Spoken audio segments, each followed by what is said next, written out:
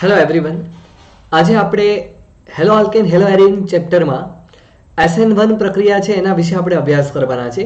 Last class આપણે કેન્દ્રાનુરાગી વિસ્થાપન પ્રક્રિયા અને SN2 વિશે આપણે અભ્યાસ કરીને આવ્યા છે, પરંતુ આજે આપણે ડિસ્કસ કરવાના છે very important reactions, SN1 reactions. સૌથી પહેલા આપણે જે પણ કંઈ આગળ કેન્દ્રાનુરાગી વિસ્થાપન પ્રક્રિયા છે એના વિશે તમે થોડીક બેઝિક માહિતી છે એ મેળવી હશે. આપણને ખ્યાલ છે કે કાર્બન ઉપર પોઝિટિવ ચાર્જ અને હેલોજન ઉપર, કારણ કે આ ચેપ્ટરનું નામ છે હેલો આલ્કેન હેલો એરિન, તો હેલો આલ્કેન જે તમે લીધેલો છે એમાં હેલોજન સાથે કાર્બન અટેચેડ છે, એને આપણે કહેવામાં આવે છે હેલો આલ્કેન. તો હેલોજન છે એની ઇલેક્ટ્રોનેગેટિવિટી મતલબ કે વિદ્યુત ઋણતા છે તે વધારે છે, એટલા માટે હેલોજન ઉપર નેગેટિવ ચાર્જ, બરાબર. અહીં હેલોજન ઉપર નેગેટિવ ચાર્જ અને કાર્બન ઉપર પોઝિટિવ ચાર્જ હોય છે. જ્યારે પણ હવે કોઈ પણ કેન્દ્રાનુરાગી છે તે હુમલો કરે તો કેન્દ્રાનુરાગી એટલે શું, તો કે કેન્દ્ર પ્રત્યે આકર્ષણ કરતો હોય એવો ઘટક. તો કેન્દ્ર પ્રત્યે પોઝિટિવ પ્રત્યે કોણ આકર્ષિત થાય, તો કે નેગેટિવ. તો નેગેટિવ છે એ કાર્બન ઉપર હુમલો કરશે અને અહીંથી હેલોજન છે એના ઇલેક્ટ્રોન્સ લઈને દૂર થઈ જશે. તો આમ કેન્દ્રાનુરાગી અને હેલોજનનું અહીં વિસ્થાપન થાય છે, એટલા માટે એને કહેવામાં આવે છે કેન્દ્રાનુરાગી વિસ્થાપન પ્રક્રિયા, ન્યુક્લિયોફિલિક સબસ્ટિટ્યુશન રિએક્શન્સ. ઓકે, લાસ્ટ આપણે SN2 વિશે પણ ભણ્યા હતા. આજે આપણે અભ્યાસ કરવાનો છે વેરી ઇમ્પોર્ટન્ટ રિએક્શન્સ, SN1 પ્રક્રિયા. તો સૌથી પહેલો પ્રશ્ન એ થાય કે SN1 જે પ્રક્રિયા જે છે અને SN2 પ્રક્રિયા જે છે, SN1 માં શું એવો ડિફરન્સ છે જે SN2 થી અલગ પડે છે? તો SN1 પ્રક્રિયા જે છે એ પ્રક્રિયા શરૂ કરતા પહેલા એને યોગ્ય દ્રાવકમાં નાખવામાં આવે છે.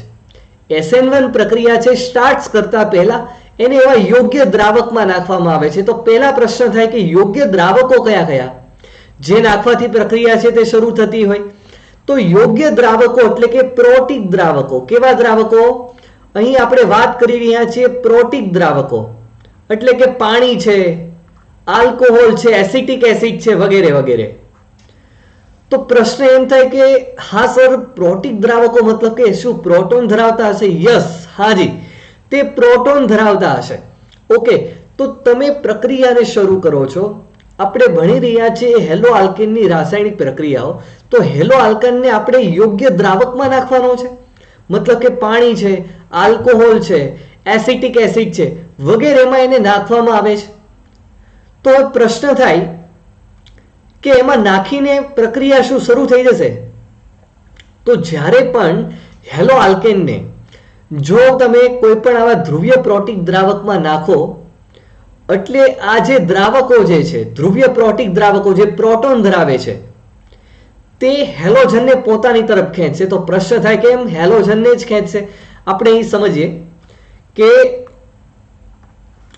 કાર્બન હોય, કાર્બન એની સાથે આપણે હેલો આલ્કેનની ચર્ચા કરી રહ્યા છીએ, એટલે હેલોજન આવી રીતના જોડાયેલો છે અને 3 વેલેન્સી કોઈ પણ સાથે કાર્બન હોય કે અધર્સ કોઈ પણ હાઇડ્રોજન હોય તેની સાથે કમ્પ્લીટ હશે.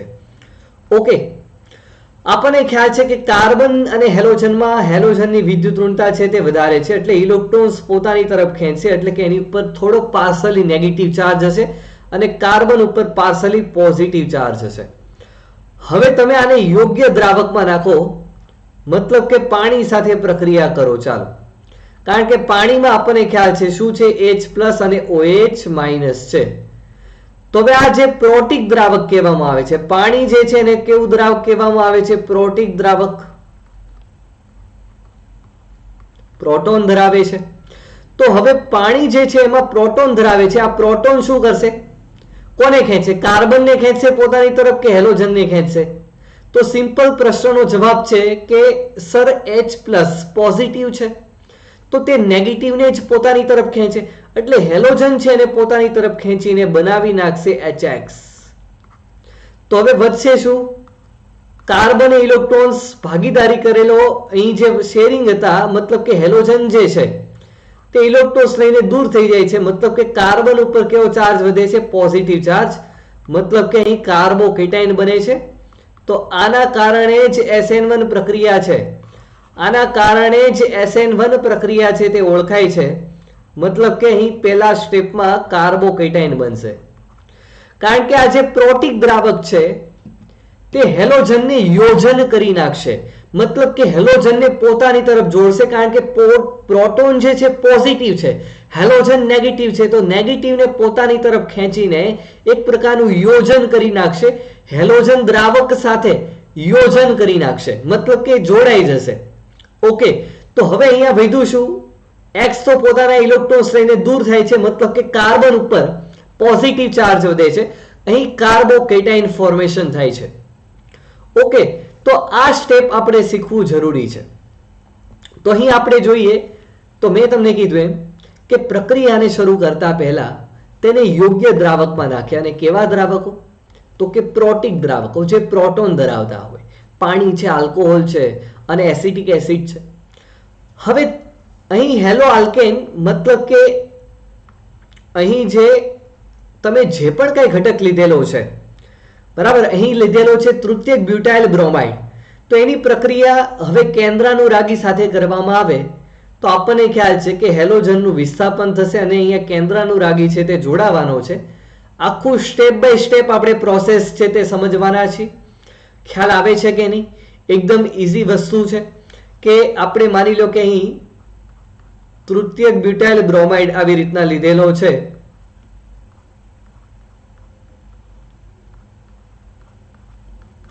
હવે આની પ્રક્રિયા તમે યોગ્ય પ્રોટિક દ્રાવક સાથે કરો, મતલબ કે પાણી સાથે કરો, તો થવાનું છે શું? પાણીમાં હોય છે H+ અને OH-, Br ઉપર પાર્શલી નેગેટિવ, કાર્બન ઉપર પોઝિટિવ, તો ટૂંકમાં Br- આ પ્રોટોન સાથે જોડાઈ જશે, એટલે કે Br- નું અહીંયા વિસ્થાપન થશે, તો બનશે શું? તો અહીં વધશે, કારણ કે Br- અહીંથી ઇલેક્ટ્રોન્સ લઈને દૂર થાય, તો હવે વધે શું? CH3, C ઉપર પ્લસ ચાર્જ, અને તેની આસપાસ શું જોડાયેલા છે? મિથાઇલ સમૂહ જોડાયેલા છે. તો ટૂંકમાં અહીં બને છે કાર્બોકેટાઇન. ધ્યાન રાખવાનું છે, SN1 પ્રક્રિયામાં કાર્બોકેટાઇન બને છે કારણ કે ધ્રુવીય પ્રોટિક દ્રાવકોની હાજરી છે. ઓકે, તો આપણે સ્ટેપ બાય સ્ટેપ પ્રોસેસ સમજીએ, જેનાથી તમને પણ વધારે આઈડિયા આવે. ઓકે, તમે જુઓ SN1 પ્રક્રિયા, ડિફરન્સ બિટવીન SN1 અને SN2 પ્રશ્ન પૂછાય છે. SN2 જે છે લખ્યું હોય બેટા SN2, આવી રીતના SN2 લખ્યું હોય. ઘણા બધાને એમ થાય કે અહીંયા 2 છે, મતલબ કે આ પ્રક્રિયા 2 સ્ટેપમાં થતી હશે, પરંતુ બેટા બિલકુલ વસ્તુ ખોટી છે. SN2 મતલબ કે એક સ્ટેપમાં થતી પ્રક્રિયા છે. એનાથી તમારે વિરુદ્ધ યાદ રાખવાનું કે SN1 મતલબ કે એક સ્ટેપમાં નહીં, તે 2 સ્ટેપમાં પ્રક્રિયા થાય છે, મતલબ કે 2 તબક્કામાં પ્રક્રિયા થાય છે.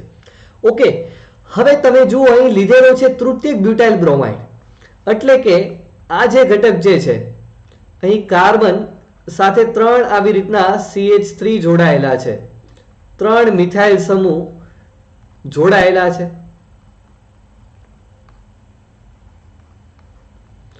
હવે થશે શું કે તમે અહીંયા ધ્રુવીય પ્રોટિક દ્રાવકોની હાજરી રાખશો, કારણ કે પ્રક્રિયાને શરૂ કરતા પહેલા આ જે પણ કઈ પ્રક્રિયક છે, બરાબર, સોરી, એને આપણે એક પ્રકારના પ્રોટિક દ્રાવકો,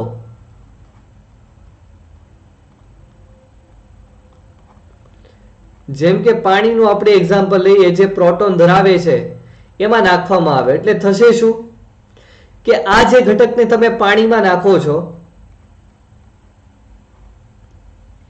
એટલે થવાનું છે શું? કારણ કે તે પ્રોટોન ધરાવે છે, કારણ કે આ બંને આપણે તોડવો છે, તો તોડવા માટે કંઈક ઉર્જા તો જરૂર પડશે ને. તો ઉર્જા ક્યાંથી આવશે? તો કે આ જે પ્રોટોન જે છે, કારણ કે આની ઉપર નેગેટિવ છે, આની ઉપર પોઝિટિવ છે, તો અહીંથી જે પ્રોટોન ઉત્પન્ન થયેલો છે તે Br ને ખેંચી લેશે. એટલે કે ઘણા બધા, પાણી ભાઈ એક મોલેક્યુલ્સ નથી, પાણીના તો ઘણા બધા અણુઓ હોય, તો પ્રોટોન જે છે તે હેલોજનને ખેંચી લેશે. હેલોજન છે તે પાણી સાથે જોડાઈને એક પ્રકારનું યોજન બનાવી લેશે, મતલબ કે હેલોજન પાણી સાથે જોડાઈ જશે. તો હવે અહીંયા વધશે શું બેટા? બ્રોમિનનો તો બંધ તૂટ્યો, તો અહીંયા કાર્બન ઉપર કાર્બોકેટાઇન્સ, એટલે કે આવી રીતના આવશે CH3, કાર્બન ઉપર પ્લસ ચાર્જ CH3, અને અહીંયા પણ શું આવશે? CH3. તો હવે આ કાર્બનનું તમે સંકરણ જુઓ, કાર્બોકેટાઇનમાં 3 સિગ્મા બંધની સંખ્યા છે, મતલબ કે અહીં 3 સિગ્મા બંધની સંખ્યા છે, 1, 2 અને 3. તો sp2 સંકરણ થશે. તો પહેલા સ્ટેપમાં બેટા સી અને બ્રોમિન વચ્ચેનો આ જે બંધ તૂટે છે એના કારણે એકદમ ધીમી પ્રોસેસ થાય છે. અને ધ્યાન રાખજો કે આ પ્રક્રિયા પ્રતિવર્તી છે, પુરોગામીમાં પણ જશે અને Br- છે ફરી પાછો કાર્બોકેટાઇન સાથે, કારણ કે પોઝિટિવ નેગેટિવ છે બંને જોડાઈ શકે છે.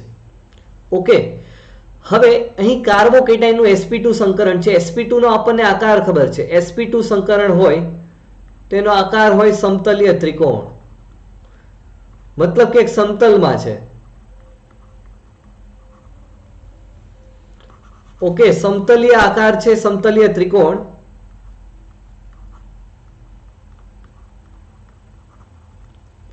તો સમતલમાં છે, એક સમતલમાં અહીં તમને કાર્બોકેટાઇન છે તે દેખાય છે.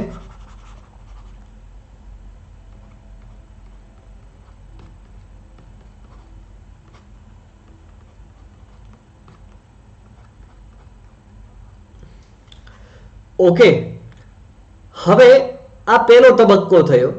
આ મેં તમને કીધું એમ કે બે સ્ટેપમાં પ્રોસેસ થાય છે. સૌથી પહેલા તબક્કામાં અસમ વિભાજન થયું, કારણ કે કાર્બન અને બ્રોમિન વચ્ચેનો બંધ તૂટ્યો. તો કોણે તોડ્યો? તો કે પ્રોટિક દ્રાવક હોય, પાણી છે, આલ્કોહોલ છે, કોઈ પણ તમે લઈ શકો છો જે પ્રોટોન ધરાવતા હોય, બરાબર. તો એ બંધ તોડે છે અને કાર્બોકેટાઇનનું નિર્માણ થાય છે. ઓકે, હવે એ વાત છે કે જે આ કાર્બોકેટાઇન છે બની ગયો, તો હવે જે અહીં OH- જે છે, કારણ કે આપણને ખ્યાલ છે કે આપણો કેન્દ્રાનુરાગી OH-, બરાબર, એક નેગેટિવ, ભાઈ પાણી હોય બેટા H+ દૂર થઈ જાય તો વધે શું? OH-. સિમ્પલ પ્રોસેસ છે.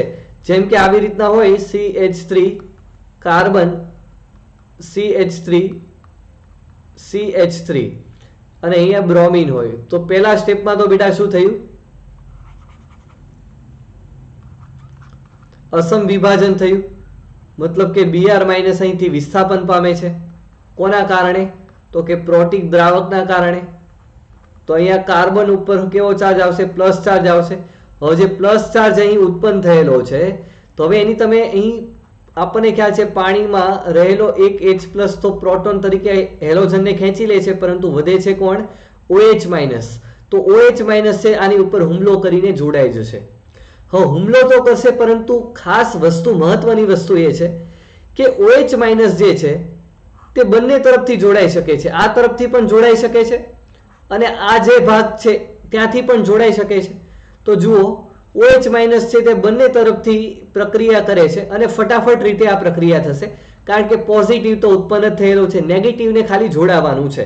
ઓકે, તો અહીં બંને તરફથી પ્રોસેસ થાય છે. મતલબ કે જો આ સાઈડથી જોડાય તો આવી નિપજ બને છે અને આ સાઈડથી જોડાય તો આવી નિપજ. ટૂંકમાં અહીંયા OH જોડાઈ ગયો અને અહીંયા OH જોડાઈ ગયેલો છે, બરાબર છે. તો બે નિપજ મળે છે, બરાબર.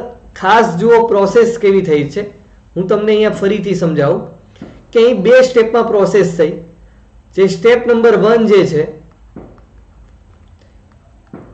કે એમાં આપણે કાર્બન અહીં CH3, બરાબર, તૃતીય બ્યુટાઇલ છે, કારણ કે હેલોજન સાથે જોડાયેલ કાર્બન બીજા 3 સાથે છે, તો તૃતીયક, અને 4 કાર્બન છે એટલા માટે બ્યુટાઇલ.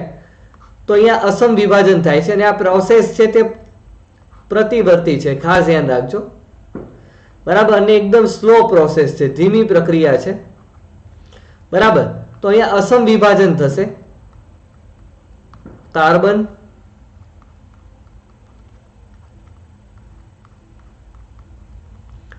અહીંયા કાર્બોકેટાઇન અને અહીંયા બનશે Br-. હવે જે આ કાર્બોકેટાઇન ઉત્પન્ન થયો,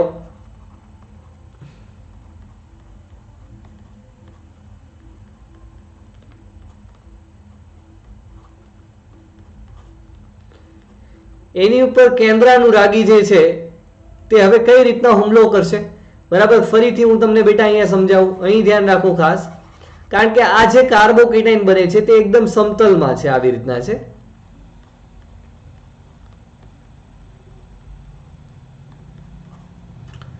ઓકે, તો હવે જે OH- હુમલો કરશે તે ઉપરથી પણ હુમલો કરી શકે છે અને નીચેથી પણ હુમલો કરશે. તો માની લો કે ઉપરથી હુમલો કરે એટલે થશે શું? આ જે 3 બંધ છે એ નીચેની તરફ આવી રીતના આવી જશે જો ઉપરથી હુમલો કરે તો.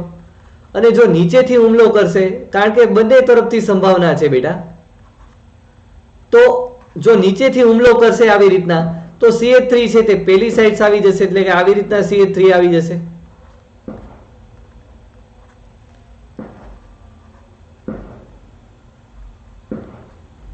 ઓકે, ઉપરથી પણ હુમલો કરી શકે અથવા તો નીચેથી હુમલો કરે. જો ઉપરથી હુમલો કરશે તો ત્રણે ત્રણ એક સાઈડ આવી જશે, અને નીચેથી હુમલો કરશે તો ઉપરની તરફ ગોઠવાઈ જશે.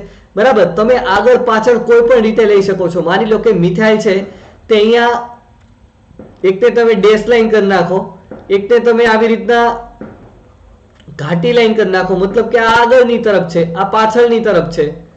બરાબર, અને આ સમતલમાં છે. તો હવે જ્યારે પણ Br- નું અસમ વિભાજન થાય ત્યારે તે sp2 સંકરણ મળે છે, મતલબ કે ત્રણે ત્રણ એક જ સમતલમાં આવશે, એક પ્લેનમાં આવશે. હવે OH- જે હુમલો કરે છે તે આવી રીતના આપણે એમ કેવું હોય તો કહી શકાય કે ઉપરથી હુમલો કરે તો આ ત્રણે ત્રણ સમૂહ જે છે, અહીં તમને જે દેખાય છે ત્રણે ત્રણ સમૂહ, બરાબર, આ ત્રણે ત્રણ સમૂહ જે છે ઉપરથી જો હુમલો થશે તો આ ત્રણે ત્રણ એક તરફ આવી જશે. જુઓ, આવી રીતના કહું છું. અને જો નીચેથી હુમલો કરશે તો આ ત્રણે ત્રણ ઉપરની તરફ આવશે. તો મતલબ કે આવી રીતના 50-50% સંભાવના વાળું મિશ્રણ મળે, કે ભાઈ 50% સંભાવના છે કે ઉપરથી હુમલો કરે અને 50% સંભાવના છે નીચેથી હુમલો કરે. તો આવા મિશ્રણને રેસેમિક મિશ્રણ કહેવામાં આવે છે. શું કહેવામાં આવે છે? યાદ રાખજો બેટા, રેસેમિક મિક્સર.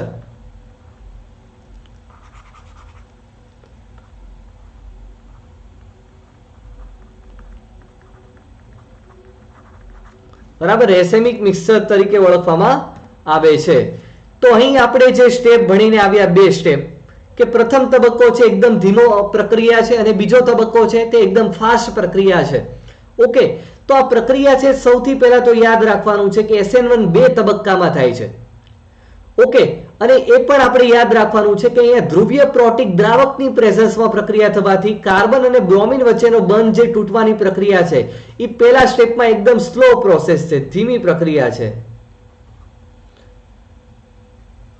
ઓકે, બીજું કે પ્રથમ સ્ટેપમાં બેટા કાર્બોકેટાઇન બને છે, અને કાર્બોકેટાઇનનું બનવું મોટા ભાગની રાસાયણિક પ્રક્રિયા સ્લો હોય છે. જ્યારે બીજા તબક્કામાં હવે શું થવાનું છે કે બીજા તબક્કામાં જે કેન્દ્રાનુરાગી છે તે હુમલો કરશે. આ તરફથી પણ હુમલો કરી શકે છે અને પેલી તરફથી પણ હુમલો કરી શકે છે. તો અહીંયા આપણને અહીં જે OH છે તે જોડાઈ જશે અને તૃતીયક બ્યુટાઇલ આલ્કોહોલ બની જશે.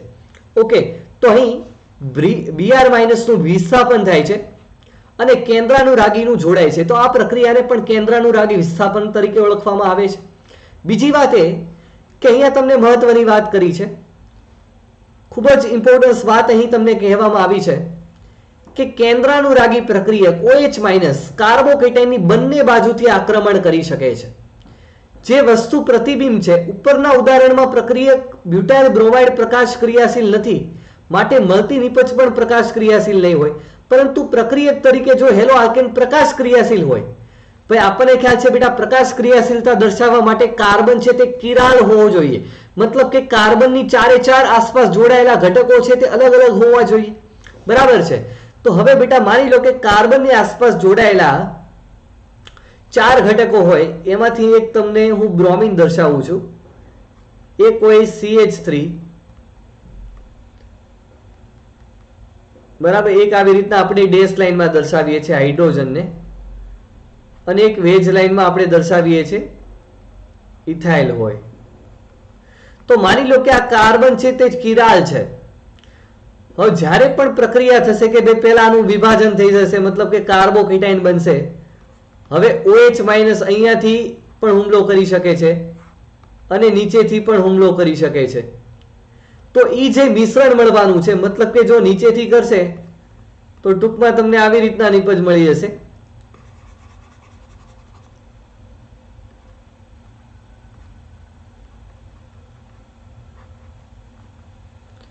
કે આમાં હાઇડ્રોજન છે, આમાં CH2 CH3 છે અને આમાં CH3 છે, અને અહીંયા OH છે તે આવી રીતના જોડાય છે. અથવા તો ઉપરથી હુમલો કરશે તો શું થવાનું છે, અહીં CH3, અહીં હાઇડ્રોજન, અહીં CH2 CH3.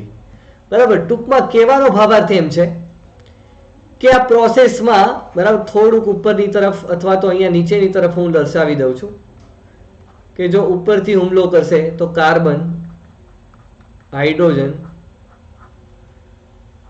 અહીં CH2 CH3 અને અહીંયાની તરફ CH3, મતલબ કે નીચેથી હુમલો કરશે જો આવી રીતના તો ત્રણે ત્રણ ઉપરની તરફ, અને જો ઉપરથી હુમલો કરશે તો ત્રણેય નીચેની તરફ આવી જશે. તો ટૂંકમાં 50-50% સંભાવના છે. તો 50-50% સંભાવના હોય તો એને રેસેમિક મિશ્રણ કહેવામાં આવે છે.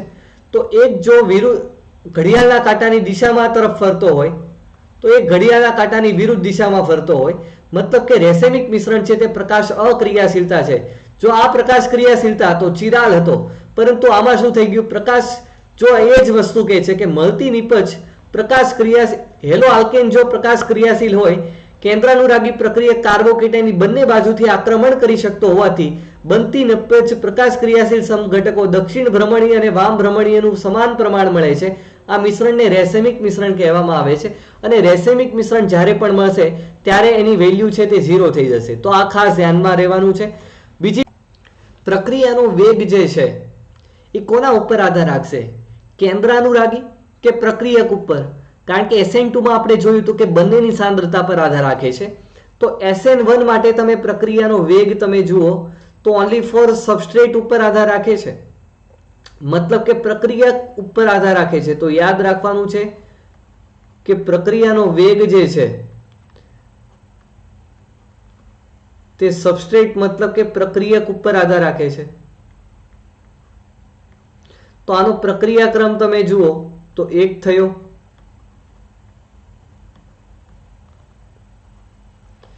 હવે મહત્વની વાત એ છે કે તમે પ્રક્રિયા કેમ કેન્દ્રાનુરાગી ઉપર આધાર રાખશે નહીં. તમે જ બેટા થોડુંક વિચારો કે તમારી પાસે કરોડ કેન્દ્રાનુરાગી હોય, એટલે કે કેન્દ્રાનુરાગી જે છે એ કરોડ હોય, OH માઇનસની વાત કરવામાં આવે છે. પરંતુ શું આ OH માઇનસ છે, માની લો કે કરોડ કેન્દ્રાનુરાગી છે, પરંતુ હવે એની પ્રક્રિયા તમે કરી રહ્યા છો, પરંતુ તે જોડાવાનો જ નથી. કેમ જોડાશે નહીં? કારણ કે બેટા પ્લસ જ્યારે ઉત્પન્ન થાય ત્યારે તે જોડાવાનો છે. તો કાર્બોકેટાઇનનું નિર્માણ થાય ત્યારે તે જોડાવાનો છે. તો કાર્બોકેટાઇનનું નિર્માણ ક્યારે થવાનું છે? કારણ કે બનતી નિપજનો આધાર કાર્બોકેટાઇન ઉપર રહેલો છે. કેન્દ્રાનુરાગી તમારી પાસે કરોડ છે, પરંતુ શું કામના? કે જો કાર્બોકેટાઇન નહીં બને તો કાર્બોકેટાઇન પહેલામાં અસમ વિભાજન થશે અને કાર્બોકેટાઇનનું નિર્માણ થશે, ત્યાર પછી OH માઇનસ છે તે આસાનીથી ઝડપથી જોડાય છે. મતલબ કે કાર્બોકેટાઇનનું બનવું એકદમ સ્લોલી પ્રોસેસ છે. અને અહીં પ્રક્રિયક ઉપર ઓનલી ફોર ડિપેન્ડ્સ કરે છે. જો કાર્બોકેટાઇન નહીં બને તો OH માઇનસ નહીં જોડાય, અને કાર્બોકેટાઇન બનશે તો જ OH માઇનસ જોડાશે. તો અહીંયા ઓનલી ફોર સબસ્ટ્રેટ ઉપર આધાર રાખે છે, એ પણ વાત આપણે યાદ રાખવાની છે. હવે પ્રક્રિયાને વેગને અસર કરતા પરિબળોમાં SN1 માં આપણે યાદ રાખ્યું કે તે 2 સ્ટેપમાં પ્રક્રિયા થાય છે. પહેલું સ્ટેપ ધીમું છે, બીજું સ્ટેપ ઝડપી છે. કાર્બોકેટાઇનમાં sp2 સંકરણ છે અને OH માઇનસ 2 તરફથી હુમલો કરી શકે છે અને એક રેસેમિક મિશ્રણનું નિર્માણ થાય છે.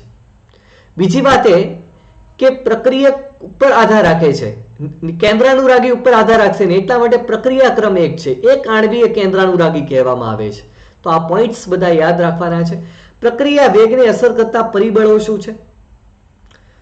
તો બેટા એનો આધાર રહે છે કાર્બોકેટાઇનની સ્થાયીતા ઉપર. હું તમને આ ક્રમ જણાવું, પરંતુ તમારે યાદ રાખવાનું છે કે કાર્બોકેટાઇનની જેટલી સ્થાયીતા વધુ હશે એટલી પ્રક્રિયા છે તે ઝડપી બનવાની છે. કારણ કે આપણું પહેલું સ્ટેપ એ છે કે કાર્બોકેટાઇનનું નિર્માણ થવું. તો હવે હું તમને પહેલા એ ટોપિક સમજાવી દઉં છું કે આપણને ખ્યાલ છે કે અસમ વિભાજન થઈને અહીંયા કાર્બોકેટાઇનનું નિર્માણ થાય છે. તો તમને મિત્રો શું ખ્યાલ છે કે 3 ડિગ્રી, 2 ડિગ્રી, 1 ડિગ્રી કાર્બોકેટાઇનમાંથી કોની સ્ટેબિલિટી વધારે છે? કારણ કે જો R સમૂહ જોડાયેલા હોય, મતલબ કે આવા મિથાઇલ સમૂહ જોડાયેલા હોય, જો આવા મિથાઇલ સમૂહ જોડાયેલા હોય તો તે હંમેશા ઇલેક્ટ્રોન દાતા પરમાણુ છે. મતલબ કે કાર્બન જે કેટાઇન જે છે એને ઇલેક્ટ્રોન્સનું દાન કરશે. અને જો ઇલેક્ટ્રોન્સ આકર્ષક સમૂહ હશે, મતલબ કે ઇલેક્ટ્રોનને ખેંચી નાખશે. બરાબર, તમારી પાસે 2 સમૂહ જોડાયેલા હોય કાં તો આર જોડાયેલો હોય તો દાન કરનારો છે, અને જો ખેંચનારો હોય તો એને આપણે ઇલેક્ટ્રોન આકર્ષક સમૂહ તરીકે ઓળખવામાં આવે છે. તો આમાં કોની સ્ટેબિલિટી વધુ હશે? કાર્બોકેટાઇન, મતલબ કે બેટા અહીં કાર્બનના કુલ 1 2 3 4 અને 6 ઇલેક્ટ્રોન્સ છે. અષ્ટક બેટા કમ્પ્લીટ નથી, 8 ઇલેક્ટ્રોન્સ છે તે કમ્પ્લીટ નથી, મતલબ કે આને ઇલેક્ટ્રોન્સની જરૂર છે. તો ઇલેક્ટ્રોન્સ પ્રોવાઈડ કરનારો હશે, ઇલેક્ટ્રોન દાતા પરમાણુ હશે તો એની સ્ટેબિલિટી વધશે. મતલબ કે મિથાઇલ સમૂહ છે તે ઇલેક્ટ્રોન પ્રોવાઈડ કરે છે, દાન કરે છે, કારણ કે એની ખેંચવાની તો એનામાં તાકાત જ છે નહીં, એટલે એ દાન કરે છે. તો દાન કરશે, જેટલા વધારે દાન કરનારા હશે એટલી સ્ટેબિલિટી વધશે. માની લો કે કોઈ પણ એક ભિખારી હોય, બેગર હોય, હવે એને પૈસાની જરૂર છે, તો એને કોઈ પૈસા આપશે તો એની કંઈક સ્ટેબિલિટી વધશે, મતલબ કે તે ખાઈ શકશે, કંઈક એનું ટક છે તે ભોજન છે એનું પૂરું થશે. હવે ભિખારી પાસે માની લો કે 5 થી 10 રૂપિયા ભેગા થયા હોય અને એના તમે 5 થી 10 રૂપિયા આંચકીને વયા જાઓ તો એની સ્ટેબિલિટી તો ઘટવાની છે. તો ટૂંકમાં દાન કરશો તો સ્ટેબિલિટી, મતલબ કે આની અષ્ટક પૂર્ણ નથી, આને ઇલેક્ટ્રોન્સની જરૂર છે, તો ઇલેક્ટ્રોન દાતા પરમાણુ જેટલા વધશે એટલી સ્ટેબિલિટી એની ઇન્ક્રીઝ થવાની છે, સ્થાયીતા વધશે. તો અહીંયા જો આર સમૂહ જોડાયેલા હશે તો સ્થાયીતા વધવાની છે, બરાબર, ધ્યાન રાખજો. હવે ઇલેક્ટ્રોન ખેંચનારા હોય, ભાઈ કાર્બોકેટાઇન જ છે, 6 ઇલેક્ટ્રોન્સ જ છે, અષ્ટક પૂર્ણ નથી, પરંતુ હવે અહીંયા શું હતા? દાતા હતા, મતલબ કે દાન કરનારા હતા. જેમ કે અહીંયા બેટા CH3 છે, ચાલો તો અહીંયા 2 તરફથી દાન આવે, અહીંયા 3 તરફથી દાન આવ્યું, જો 1 તરફ, 2 તરફ અને 3 તરફ, તો સ્ટેબિલિટી ઓર ઇન્ક્રીઝ થશે. એવી રીતે અહીંયા તમે જો કાર્બોકેટાઇન છે, પરંતુ હવે અહીંયા કોઈ ખેંચનારો સમૂહ જોડાયેલો છે. જેમ કે અહીંયા આપણે એક્ઝામ્પલ તરીકે લઈએ ફ્લોરિન છે, તો ફ્લોરિન બેટા ઇલેક્ટ્રોન્સને તો ખેંચવાનો છે, મતલબ કે આની જે સ્ટેબિલિટી છે તે ફ્લોરિન બેટા ઘટાડશે, કારણ કે દાન કરવાને બદલે ઇલેક્ટ્રોન્સ ખેંચી લે છે, તો સ્ટેબિલિટી છે તે બેટા અહીંયા ઘટશે. તો અહીંયા પણ ઇલેક્ટ્રોન આકર્ષક સમૂહ જો જોડાયેલા હોય તો એની સ્થાયીતા છે તે ડિક્રીઝ થશે. એટલા માટે તે ક્રમ છે કે ઇલેક્ટ્રોન દાતા હોય પછી કોઈ નો જોડાયેલું હોય તો વાંધો નહીં, પરંતુ ખેંચનારો હશે તો સ્ટેબિલિટીને તો ઓર ડિક્રીઝ કરી નાખશે, ઘટાડી દેશે. તો તમે વિચારો કે કાર્બોકેટાઇન, માની લો કે હવે આપણે 1 ડિગ્રી કાર્બોકેટાઇન લઈએ, મતલબ કે એક કાર્બન હોય, આ 1 ડિગ્રી છે,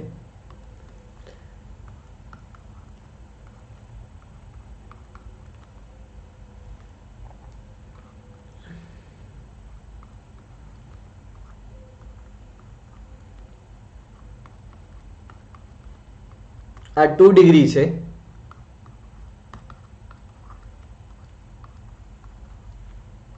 અને આ જે કાર્બોકેટાઇન છે તે 3 ડિગ્રી છે. તો અહીંયા તમે જુઓ તો એક તરફથી દાન થાય છે, અહીં 2 તરફથી દાન આવે છે, સોરી હાઇડ્રોજન તો એટલી બધી ક્ષમતા નથી, અને અહીંયા તમે જુઓ તો 3 તરફથી દાન આવી રહ્યું છે. તો 3 ડિગ્રી કાર્બોકેટાઇનની સ્ટેબિલિટી સૌથી વધારે છે, ત્યાર પછી 2 ડિગ્રી કાર્બોકેટાઇન, અને ત્યાર પછી 1 ડિગ્રી કાર્બોકેટાઇનની સ્ટેબિલિટી આવશે. તો અહીં ધ્યાન રાખવાનું છે. તો બેટા આપણને હવે ખબર પડી ગઈ છે કે 3 ડિગ્રી કાર્બોકેટાઇનની સ્ટેબિલિટી વધારે છે, તો સ્ટેબિલિટી જો કાર્બોકેટાઇનની વધુ હશે એટલો જ ફાયદો મળવાનો છે. મતલબ કે SN1 પ્રક્રિયાનો વેગ હવે તમને પૂછ્યો હોય તો જેટલી કાર્બોકેટાઇનની સ્ટેબિલિટી એટલી જ SN1 પ્રક્રિયા વધારે ઝડપી બનશે, બરાબર. SN1 ડાયરેક્ટલી SN1 પ્રક્રિયાનો વેગ, કાર્બોકેટાઇનની સ્થાયીતા જેટલી વધુ એટલો જ SN1 પ્રક્રિયાનો વેગ વધુ. તો 3 ડિગ્રી હેલાઇડ, ત્યાર પછી 2 ડિગ્રી હેલાઇડ, ત્યાર પછી 1 ડિગ્રી હેલાઇડ, અને ત્યાર પછી આલ્કાઇલ હેલાઇડ, એટલે કે 0 ડિગ્રી છે. તો આ થઈ ગયો SN1 પ્રક્રિયાનો વેગ.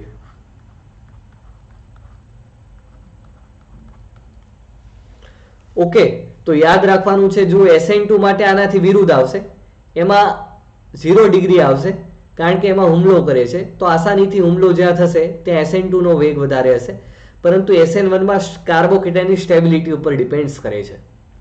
ઓકે, ખ્યાલ આવે છે કે નહીં? એકદમ ઈઝી, બરાબર.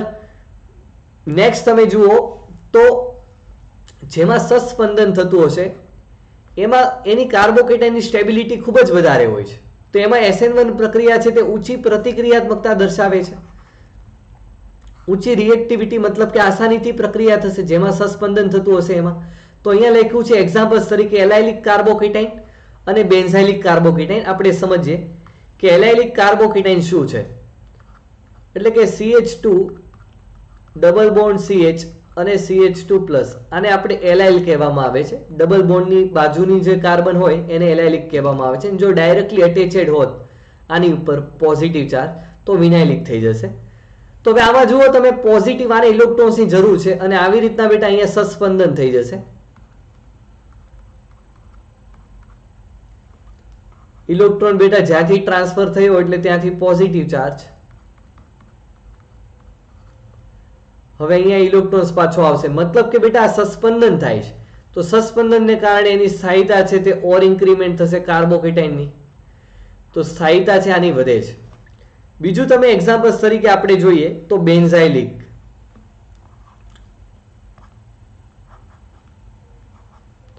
કે આવી રીતના બેન્ઝીન રિંગ છે અને આવી રીતના આ બેન્ઝાઇલિક કાર્બોકેટાઇન છે. તો હવે તમે જુઓ તો અહીં ઇલેક્ટ્રોન્સની જરૂર છે, તો અહીંયા બેન્ઝીન છે તે ઇલેક્ટ્રોન્સને સપ્લાય કરશે અને હવે જે સસ્પંદન બંધારણો જે બને છે કે અહીં ડબલ બોન્ડ આવશે અને જ્યાંથી તમે બંધ ઉઠાવો છો ત્યાં પોઝિટિવ ચાર્જ આવી રીતના. હવે પાછા અહીંયા ઇલેક્ટ્રોન્સ છે તે ટ્રાન્સફર થશે.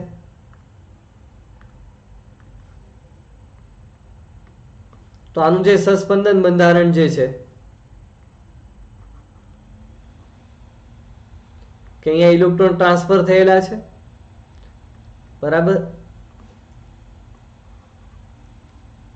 જ્યાંથી ઇલેક્ટ્રોન ટ્રાન્સફર થયા હોય ઓકે ત્યાં અહીંયા પોઝિટિવ ચાર્જ આવશે અને અહીંયા ડબલ બોન્ડ CH2. તો ટૂંકમાં બેટા હવે અહીંયા ઇલેક્ટ્રોન્સ પાછા આવશે તો અહીંયા પોઝિટિવ ચાર્જ આવશે અને ફરી પાછા આવશે, મતલબ કે અહીંયા પોઝિટિવ ચાર્જ. તો ટૂંકમાં 5 બંધારણો બનશે. કેટલા બંધારણ બનશે? 5 બંધારણ બનશે. અને સસ્પંદન 5 બંધારણના કારણે એની સ્ટેબિલિટી ઇન્ક્રીઝ થવાની છે. ઓકે, ખાસ આપણે ધ્યાન રાખવાનું છે.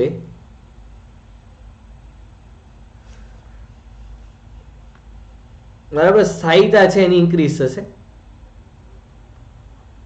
સસ્પંદનના કારણે, સ્થાયીતા છે તે ઇન્ક્રીઝ થશે. ઓકે, તો હવે અહીં આપણે સસ્પંદનના કારણે તે સ્થાયીતા દર્શાવે છે, આમ ઊંચી પ્રતિક્રિયાત્મકતા દર્શાવે છે. બીજું આપણે યાદ રાખવાનું છે કે હવે તમને પ્રશ્નો છે આના MCQs છે તે કેવી રીતના પૂછાઈ શકે, આના કોયડાઓ કેવી રીતના પૂછાઈ શકે. તો તમને એમ કીધું છે કે SN2 પ્રક્રિયામાં કેમાં ઝડપથી થશે. SN2 વિશે પૂછેલું છે, આપણે ભણીને આવ્યા છીએ SN1. હવે SN2 હોય કે SN1 હોય, પરંતુ એમાં આલ્કાઇલ હેલાઇડ એટલે કે જે RI છે, RBr છે, RCl છે અને RF છે. તો ટૂંકમાં જે મોટી લાકડી હોય આસાનીથી તૂટશે. તો પછી SN1 હોય કે SN2 હોય, આ બંને માટે બેટા ક્રમ તો આલ્કાઇલ હેલાઇડનો તો સેમ જ આવશે, ધ્યાન રાખવાનું છે. ચલો, આપણને અહીંયા પ્રશ્ન પૂછ્યો છે બેટા SN2 માટે. SN2 માટે આપણે વેગ જાણીએ છીએ કે સૌથી વધારે આલ્કાઇલ હેલાઇડ મતલબ કે 0 ડિગ્રી હોય, પછી 1 ડિગ્રી હોય, પછી 2 ડિગ્રી હોય અને પછી 3 ડિગ્રી હોય છે. તો અહીંયા ક્લોરીન સાથે જોડાયેલ કાર્બન બીજા કેટલા કાર્બન સાથે જોડાયેલ છે? તો કે એક જ કાર્બન સાથે છે, તો 1 ડિગ્રી હેલાઇડ થયો. ક્લોરીન સાથે જોડાયેલ કાર્બન એ બીજા 2 કાર્બન સાથે છે, તો આ થયો 2 ડિગ્રી. તો સિમ્પલ વસ્તુ છે, SN2 માં 1 ડિગ્રી આલ્કાઇલ હેલાઇડનો વેગ 2 ડિગ્રી કરતા વધારે છે. તો માની લો કે આ A હોય અને આ B હોય, તો અહીંયા જવાબ આવશે A અને B, એટલે કે A greater than B. A જે છે તે ઝડપથી પ્રક્રિયા આપશે. અહીં તમે જુઓ આયોડિન છે અને અહીંયા ક્લોરીન છે. તમારે આ બંને તોડવો છે ને આ બંને તોડવો છે. ક્યાં વધારે ઉર્જા આપવી પડશે? તો કે ક્લોરીનમાં વધારે ઉર્જા આપવી પડશે, આયોડિનમાં ઓછી આપશે. મતલબ કે ઝડપથી પ્રક્રિયા થશે. અહીંયા તમે A ધારો અને આને B ધારો, તો અહીંયા બેટા જે જવાબ આપવાનો છે તે આવી રીતના જવાબ આવી જશે. ઓકે, નેક્સ્ટ હવે આપણે જોઈએ કે SN1 અને SN2 બંને માટે કીધું છે કે પ્રતિક્રિયાત્મકતાનું અનુક્રમનું અનુમાન કરો, મતલબ કે કોની રિએક્ટિવિટી વધારે છે, પ્રક્રિયાના વેગ વિશે પ્રશ્ન પૂછ્યો છે. તો બ્રોમોબ્યુટેનના 4 સમઘટકો. તો બ્રોમોબ્યુટેન એટલે આપણને ખ્યાલ છે કે 4 કાર્બન થાય, CH3, CH2, CH2 અને CH2, અને આ બ્રોમિન હોય તો આ બ્રોમોબ્યુટેન થયો. તો એક તો આ સમઘટક થયો. હવે આના સમઘટકો એટલે કે આના જેવા જ બંધારણ ધરાવતા હોય તો પોસિબિલિટી શું છે? CH3, CH2, CH2, CH3, પરંતુ આપણે બીજા ઉપર અહીંયા બ્રોમિનને જોડી દઈએ. ઓકે, આ એ બંધારણ મળ્યું, આ બી બંધારણ મળ્યું. ત્રીજી પોસિબિલિટી શું છે કે આપણે હવે આઈસો ઘટકને લઈએ, CH2 બ્રોમિન, આ C મળ્યો, અને હવે CH3, CH3, તૃતીયક એક બાકી રહી ગયો છે. તો અહીંયા આપણને કુલ 4 સમઘટકો મળ્યા, ABCD. હવે તમે જુઓ તો આપણે અહીં SN1 અને SN2 નો વેગ જોવાનો છે કે SN1 માં ઝડપી જણાવો અને SN2 માં ઝડપથી જણાવો, કોની પ્રક્રિયાનો વેગ વધારે હશે. હવે બેટા એકનો તમને યાદ, એકનો ખબર પડી ગઈ તો એનાથી બીજો વિરુદ્ધ હશે, એટલે SN1 માં આપણે ચેક કરીએ. ચાલો, SN1 માં આપણને ખ્યાલ છે કે 3 ડિગ્રી વધારે હોય ત્યાર પછી 2 ડિગ્રી, 1 ડિગ્રી, કારણ કે એમાં કાર્બોકેટાઇન બને છે. તો અહીંયા બ્રોમિન સાથે જોડાયેલ કાર્બન બીજા 3 સાથે છે તો આ 3 ડિગ્રી છે. બ્રોમિન સાથે જોડાયેલ કાર્બન એક જ કાર્બન સાથે છે તો આ 1 ડિગ્રી છે. અહીંયા કાર્બન બીજા 2 કાર્બન સાથે છે તો 2 ડિગ્રી, અને અહીંયા પણ બ્રોમિન સાથે જોડાયેલ કાર્બન એક સાથે છે તો 1 ડિગ્રી. તો સૌથી વધારે તો આવશે ડી. હવે 2 ડિગ્રી આવશે એટલે કે બી આવશે. હવે પ્રશ્ન થાય કે 1 ડિગ્રી તો 2 આવ્યા, તો સર તમે કેવી રીતના હવે જવાબ આપશો? તો બેટા તમે જ વિચારો કે SN2 માં તમે વિચારો તો એમાં ભીડભાડ ઓછી હોવી જોઈએ, અવકાશી અવરોધ ઓછો હોવો જોઈએ. તો એનો જવાબ સી કરતા પહેલા આવશે, કારણ કે આપણી પાસે કોમ્પિટિશનમાં હવે આ બંને થયા 1 ડિગ્રી વાળા. અહીંયા પણ 1 ડિગ્રી છે ને અહીંયા પણ છે. તો અહીંયા જુઓ અવકાશી અવરોધ થોડો વધારે છે તો આ SN2 આમાં સ્લોલી થશે, અને આમાં અવકાશી અવરોધ ઓછો છે, સિંગલ ચેન છે, અને આમાં અવકાશી અવરોધ વધારે છે. તો SN2 છે તે એમાં ઝડપી થાય અને સી માં ઓછી થાય. તો SN1 આનાથી વિરુદ્ધ હોય. તો SN2 માટે આનાથી ક્રમ બેટા વિરુદ્ધ. એ એટલે કે 1 ડિગ્રી વાળા હોય, પછી 2 ડિગ્રી વાળા હોય, અને પછી કયા હોય 3 ડિગ્રી વાળા એમાં છેલ્લે આવશે, કારણ કે એનો ક્રમ શું છે? 1 ડિગ્રી, 2 ડિગ્રી અને 3 ડિગ્રી છે. ઓકે, તો આ તમારો થયો આન્સર. હવે તમે જુઓ તો આ કોયડો છે તે શું કહેવા માંગે છે? તમને એમ કીધું છે કે SN1 અને SN2 ને જે ઝડપીનો જે વેગનો જે ક્રમ છે એ તમે અનુમાન કરો. અહીં જુઓ બેન્ઝીન રિંગ છે પહેલામાં, અને તે એની સાથે કાર્બન છે અને એક બ્રોમિન છે, તો આ થયો એ ઘટક. બી માં શું છે કે CH સાથે હવે 2 બેન્ઝીન રિંગ છે તે જોડાયેલી છે. આવી રીતના 2 બેન્ઝીન રિંગ છે તે જોડાયેલી છે, તો આ થયું બી ઘટક.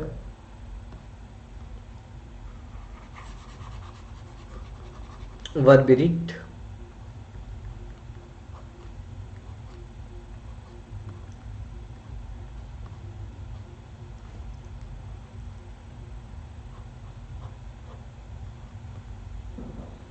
આવી રીતના બ્રોમિન છે, તો આ થઈ ગયો બી ઘટક. સી ઘટકમાં તમે જુઓ તો CH છે, CH3 છે, બ્રોમિન છે, અને એક બેન્ઝીન રિંગ છે. અને અહીંયા તમે જુઓ તો બેટા 2 બેન્ઝીન રિંગ છે આવી રીતના, એક મિથાઇલ સમૂહ છે, હજી એક બેન્ઝીન રિંગ છે, અને અહીંયા આવી રીતના બ્રોમિન ઘટક છે. તો આ સી થયો અને આ ડી થયો. તો તમે જુઓ બ્રોમિન સાથે જોડાયેલ કાર્બન બીજા એક જ કાર્બન સાથે છે એટલે આ 1 ડિગ્રી થયો. બ્રોમિન સાથે જોડાયેલ કાર્બન બીજા 2 સાથે છે એટલે 2 ડિગ્રી થયો. આ કાર્બન બ્રોમિન સાથે જોડાયેલ કાર્બન બીજા 2 કાર્બન સાથે છે એટલે આ પણ 2 ડિગ્રી થયો. અને આમાં તમે જો બ્રોમિન સાથે જોડાયેલ કાર્બન 1, 2 અને 3 સાથે છે એટલા માટે આ થશે 3 ડિગ્રી. તો SN1 માં આપણને ખ્યાલ છે કે 3 ડિગ્રી વધારે હોય મતલબ કે ડી આવશે. પછી હવે 2 ડિગ્રી વાળા બે કેસ આવ્યા. હવે બેટા તમારે વિચારવાનું છે SN2 હોય SN2 તો SN2 માં અવકાશી અવરોધ જેમ જેમ ઓછો એમ પ્રક્રિયા ઝડપી. તો અહીંયા જુઓ એક CH3 ગ્રુપ છે ને એક બેન્ઝીન છે અને અહીંયા બે બેન્ઝીન ગ્રુપ છે મતલબ કે અહીંયા અવકાશી અવરોધ વધારે છે. તો અહીંયા SN2 ઓછી એની થાય, ઝડપ ઓછી હોય તો SN1 ની વધારે હશે. તો B, ત્યાર પછી 2 ડિગ્રીમાં C અને પછી આવશે A. તો બેટા SN2 નો ક્રમ છે આનાથી વિરુદ્ધ હોય AC, કારણ કે જેટલી ભીડભાડ ઓછી એટલી ઝડપ વધારે છે. ઓકે, તો અહીંયા સુધી આપણે રાખીએ છીએ. Thank you so much. જો તમને વિડીયો લેક્ચર્સ ગમ્યો હોય તો જરૂરથી લાઇક કરો, શેર કરો અને ચેનલને સબસ્ક્રાઇબ કરો જેથી તમારી જે આ ચેનલ છે આપણે હવે વિડીયો લેક્ચર્સ છે તે લાઈવ કરી શકાય. Thank you so much.